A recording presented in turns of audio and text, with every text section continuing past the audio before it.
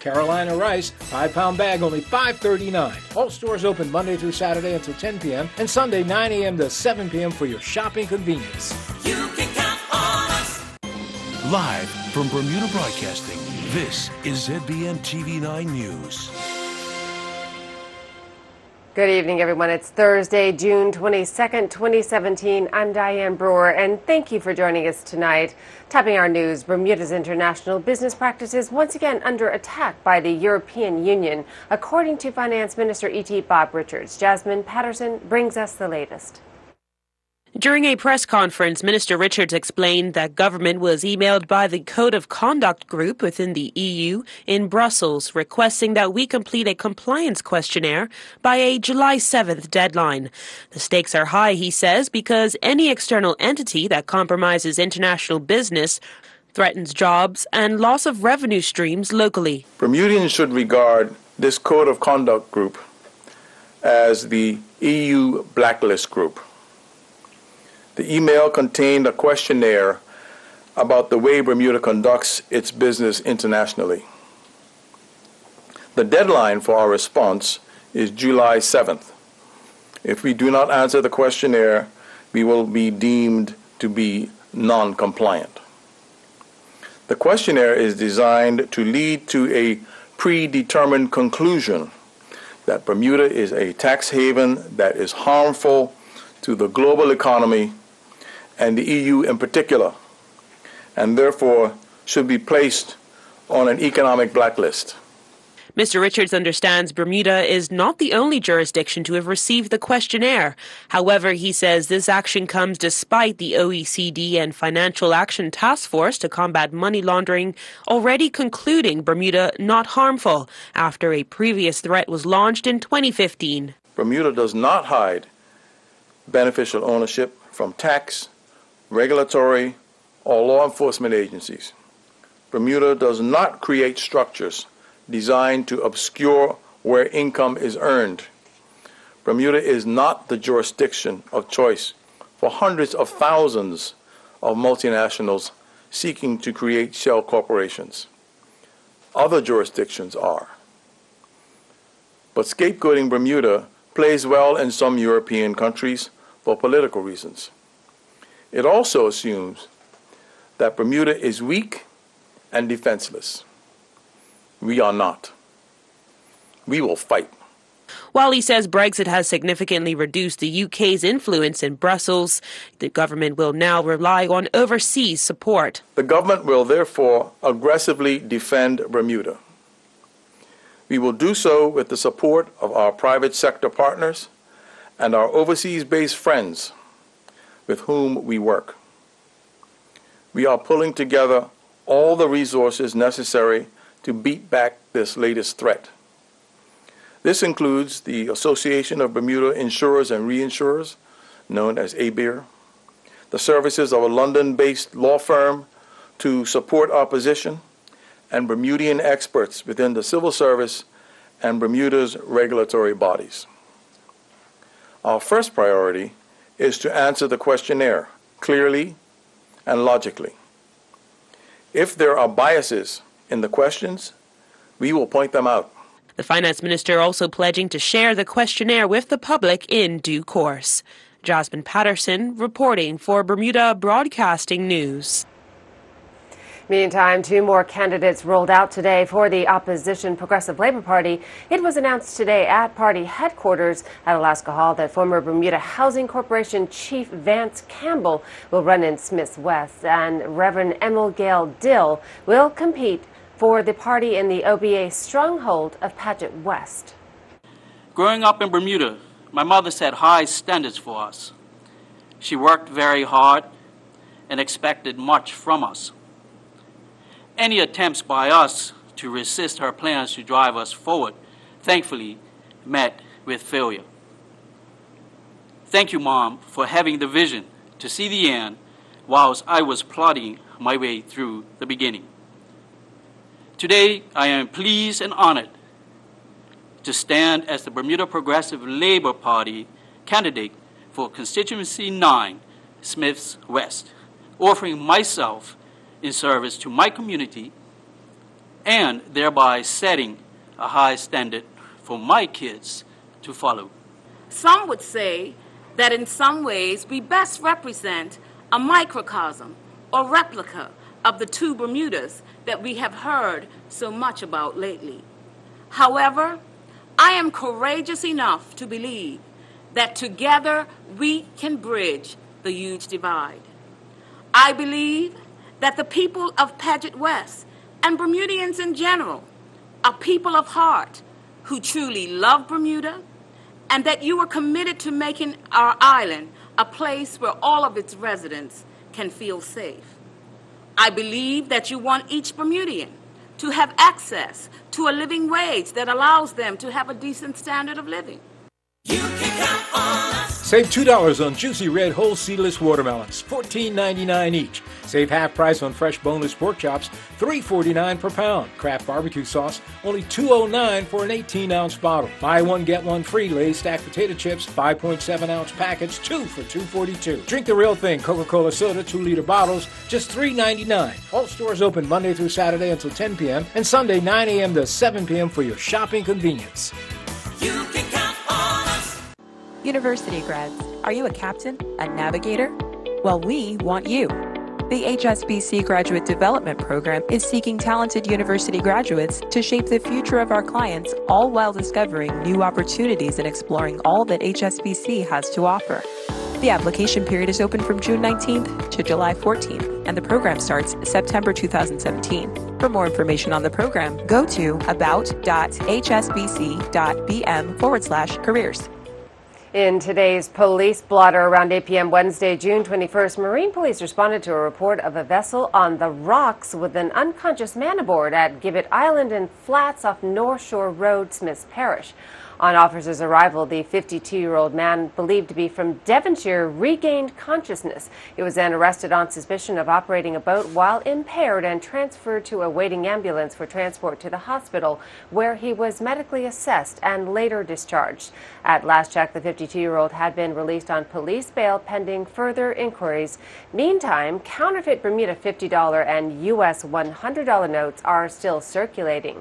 The Bermuda Police Service continues to receive reports of counterfeit Bermuda $50 and counterfeit U.S. $100 notes in circulation and reminds businesses and their staff as well as residents to remain vigilant. In other news this evening, the leaders of SCARS, a charity that speaks up against the sexual abuse of children, have strong views on the sentence of footballer Wendell Woolley Baxter, receiving an 11-year prison sentence for sex offenses against children. Here's Mike Sharp with our story. Has Bermuda turned the corner and broken the wall of shame? Baxter, one of the island's most outstanding footballers, was meted out the sentence this week after pleading guilty to sex offenses in the 70s and 80s. Baxter was convicted on 3 counts and admitted exploiting a total of 8 young males 30 to 40 years ago. The executive director of SCARS, Debbie Ray Rivers, told us how they view the 11-year sentence. Well, to be perfectly honest, we can't jail away sexual abuse. Whether it was 11 years, whether he gets 13 years, whether he gets 20 years, whether he gets 1 year. The most important thing is, while he is at Westgate and he is incarcerated, the most important thing is that he gets the treatment that he deserves and needs before he gets back out. He does not come out until a panel of professionals can say that he will no longer be a risk to children.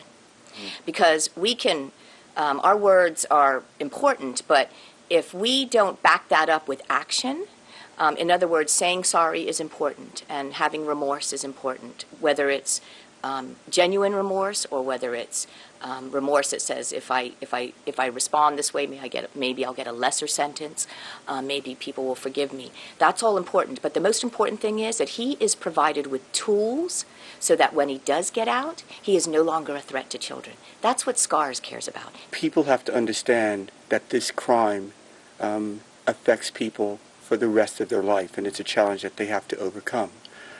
As it relates to the perpetrator, what we know in our training and through our experience in this industry, that typically a perpetrator never offends just one victim.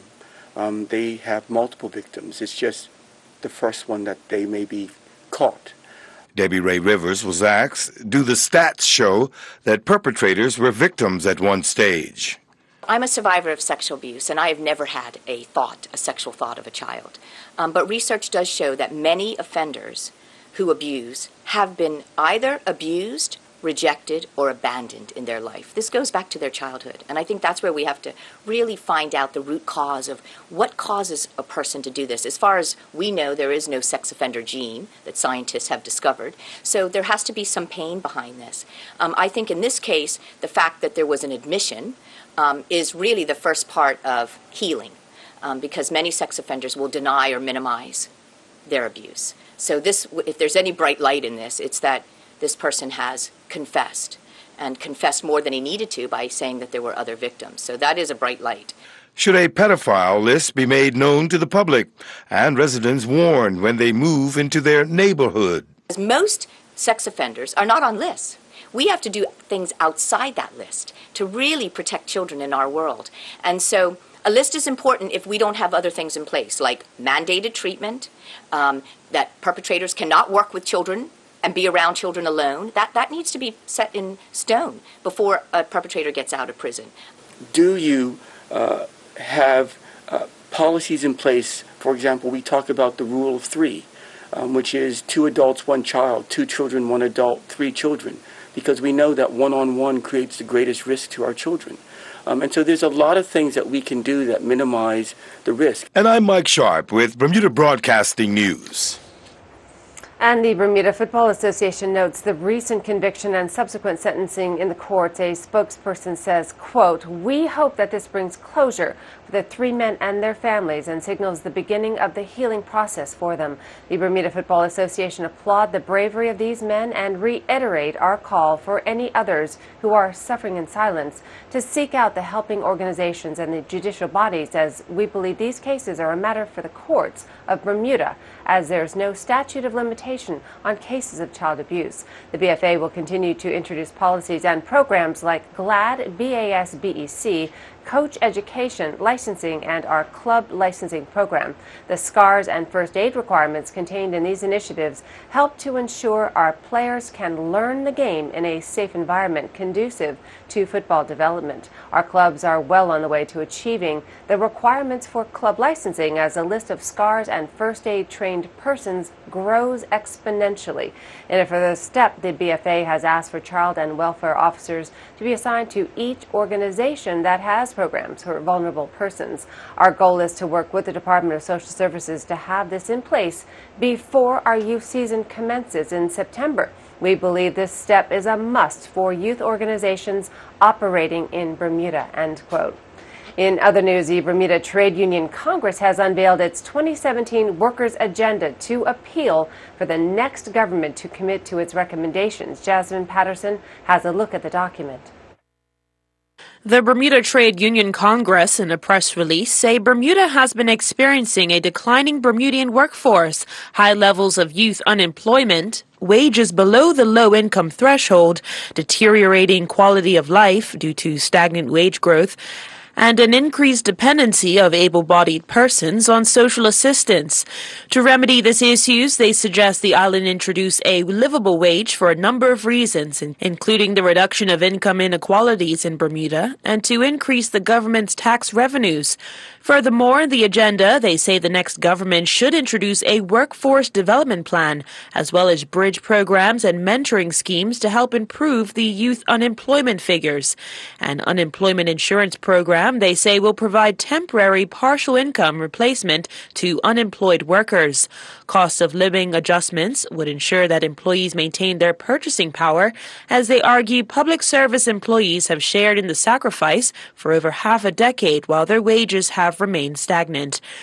The BTUC also requesting that the next government commit to actively participating in an exercise to modernize and consolidate our current labor legislation, specifically consolidation of the Labor Relations and Labor Disputes Act, ensuring all workers the right to strike, ensuring that all workers have the right to be represented by unions, and reform pension legislation, including vesting periods and eligibility.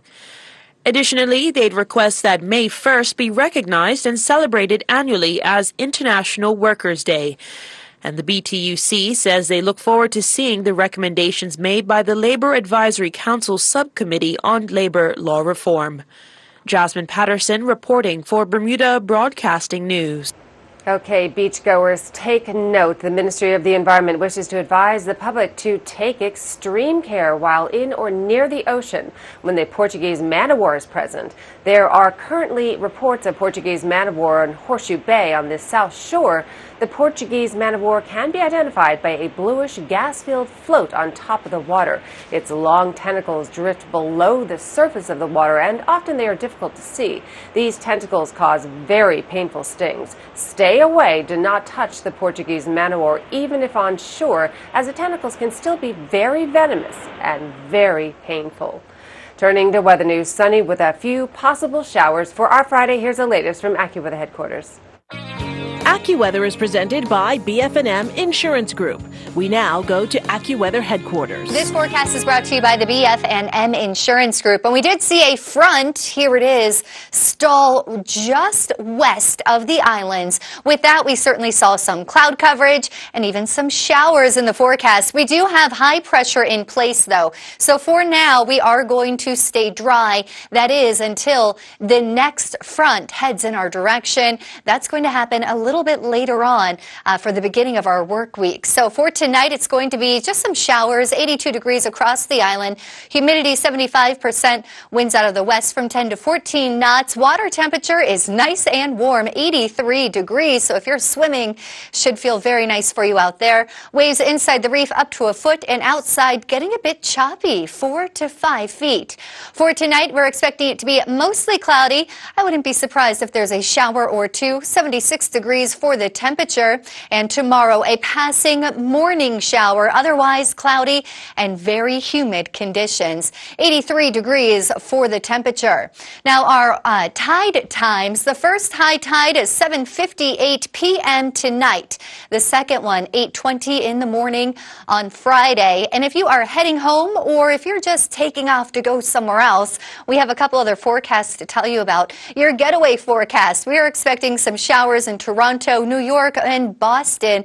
Atlanta is finally drying out. Very cloudy conditions there.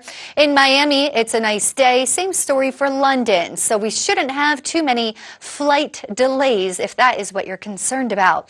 Now, also taking a look in Jamaica, some thunderstorms. Barbados and Trinidad, 92 degrees in Trinidad. So very warm and pretty muggy as well. Taking a look at our Friday, our 5-day, some showers on Friday. Saturday it dries out, but a bit cloudy. As we move on, though, we have another front approaching, and that will reach here on Monday. It's going to be a cloudy day on Monday, and then Tuesday and Wednesday we can expect an uptick as far as showers. Stay tuned to Ocean 89, Power 95, and Inspire 105 for all your latest news and weather. AccuWeather was presented by BF&M Insurance Group.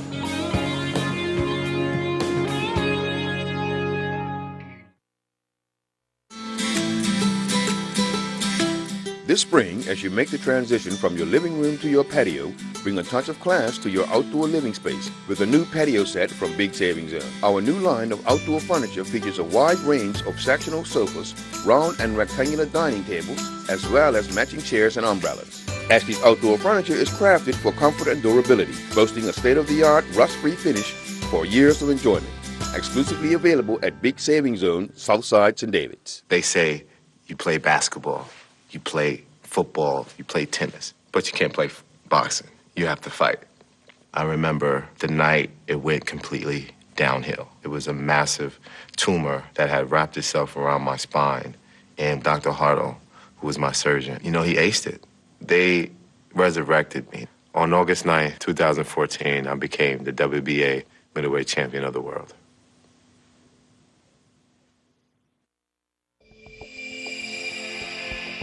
Impressive, yes.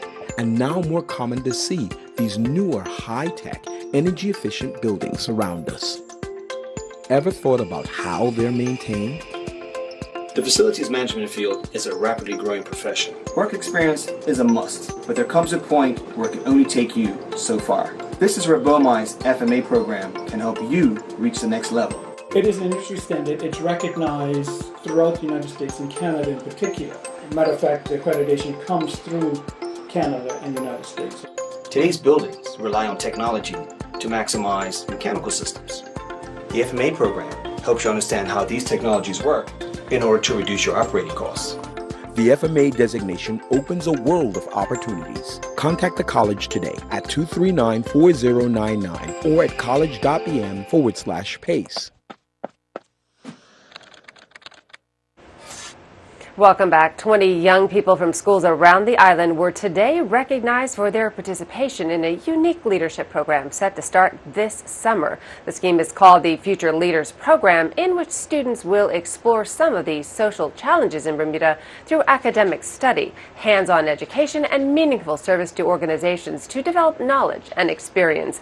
The program has the full backing of the Bermuda government, the Bermuda Industrial Union, and from the law firm Conyers Dillon Pearman, which has sponsored it. Today at BIU headquarters, as the premier and opposition leader looked on, Future Leaders Program Director Ryan Robinson set out their goals. In today's world, young people often feel like it's impossible to make a difference. They are reduced to watching adults debate important issues like poverty, employment, education, and the environment, which will affect them long after we're gone. But while many young people are referred to as future leaders, they must also be reminded that they can be leaders today. Therefore, the question must be asked, what skills can young people learn today that will prepare them to become better leaders in the future? When I was approached by Mr. Parent Chief a few weeks ago, perhaps a couple of months ago, I could clearly see that he had a deep-seated passion for this project. I couldn't help but to be moved and motivated by his energy and his enthusiasm for our young people. So today, on behalf of the Bermuda government and myself personally, I am proud to be here to support the efforts of the Future Leaders Program. So I'd like to congratulate the students that we're here today and the ones that are not here, because they are stepping forward to make sure that they do what is necessary to advance not only their personal development, but also to participate in the future development of our country. And that is very, very important. The Progressive Labor Party is pleased to partner with the Future Leaders Program, and we're pleased to sponsor the attendance of some of the students that will be enrolled in the program. It is my privilege to be speaking here to you today, and I would like to take time to thank the Honorable Premier Michael Dunkley, the Honorable David Burt, Opposition Leader, David Aswood of Conyers, Dill and Pearman, and the Bermuda Industrial Union for their constant support. I personally have decided to join this program because this is an opportunity for youth voices to be heard in our community, and I would like to take full advantage of it. Now let's join Earl Baisden with tonight's Sportscast. Bermuda, we have witnessed some extraordinary sports performances over the last few days. First, it was Zakiasha Parsons setting a record on her way to winning the girls' shot put during the NACAC Age Group Championships in Trinidad. And that was Akina McMaster of BBI in her second attempt. Then it was Selah Tuzo also setting a record, winning the girls' 1,000-meter race. The girls heptathlon 1,000 meters for the inaugural NACAC Age Group Championship held right here in Trinidad. It is the from Bermuda, Selah Tuzo.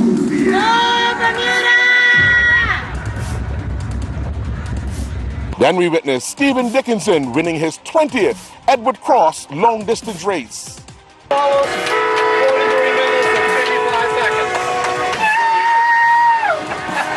And finally, that extraordinary finish during the Red Bull Youth America's Cup first race final.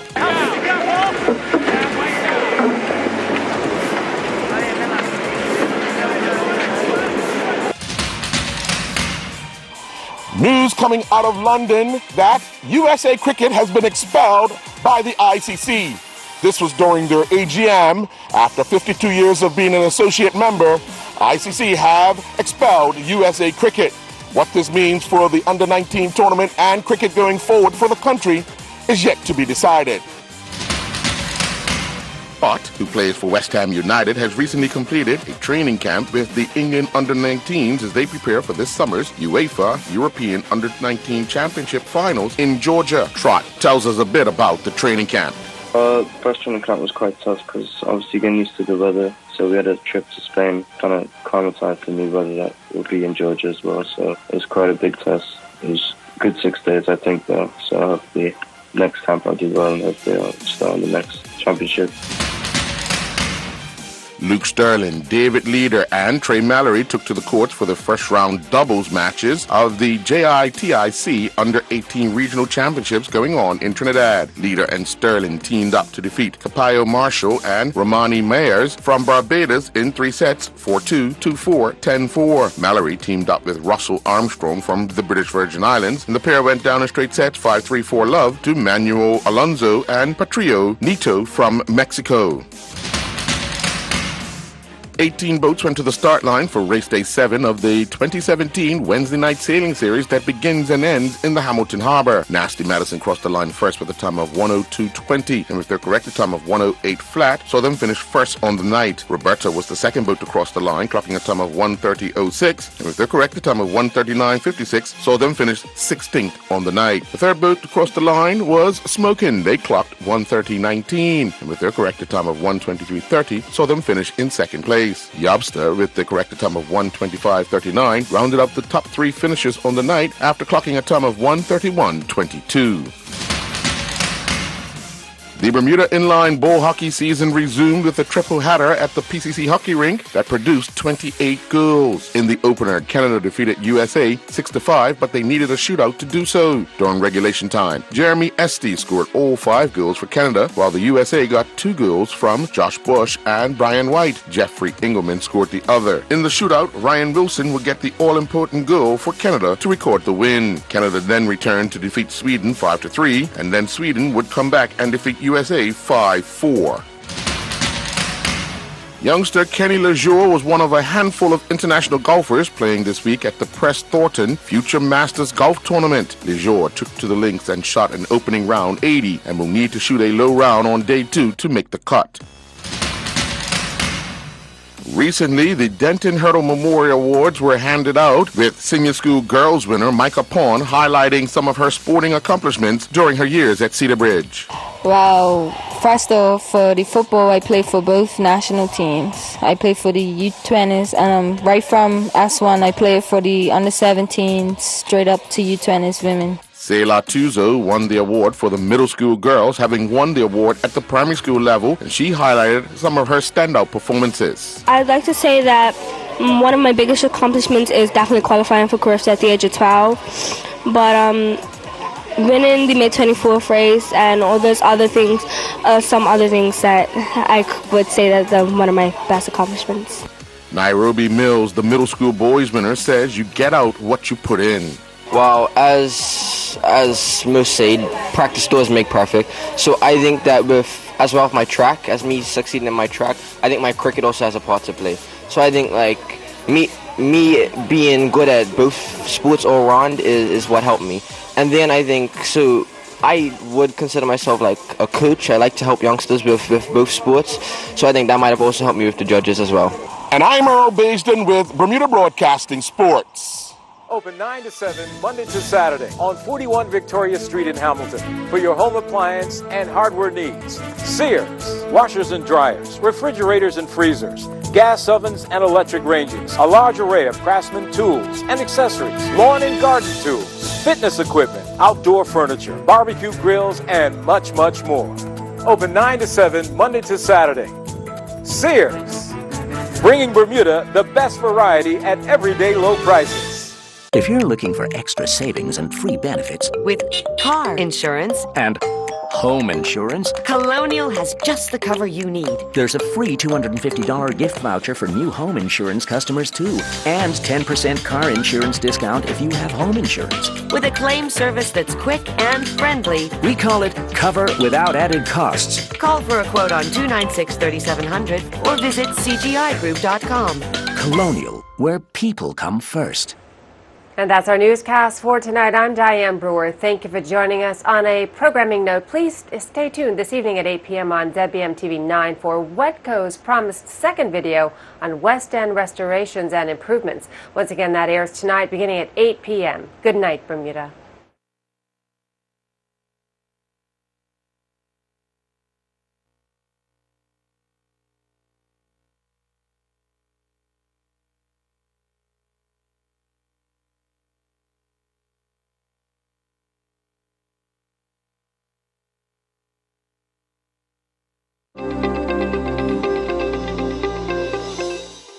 They have a story about riding the waves at night. See how surfers are getting moonstruck. Thank you for joining us here at 6. I'm Dana Tyler.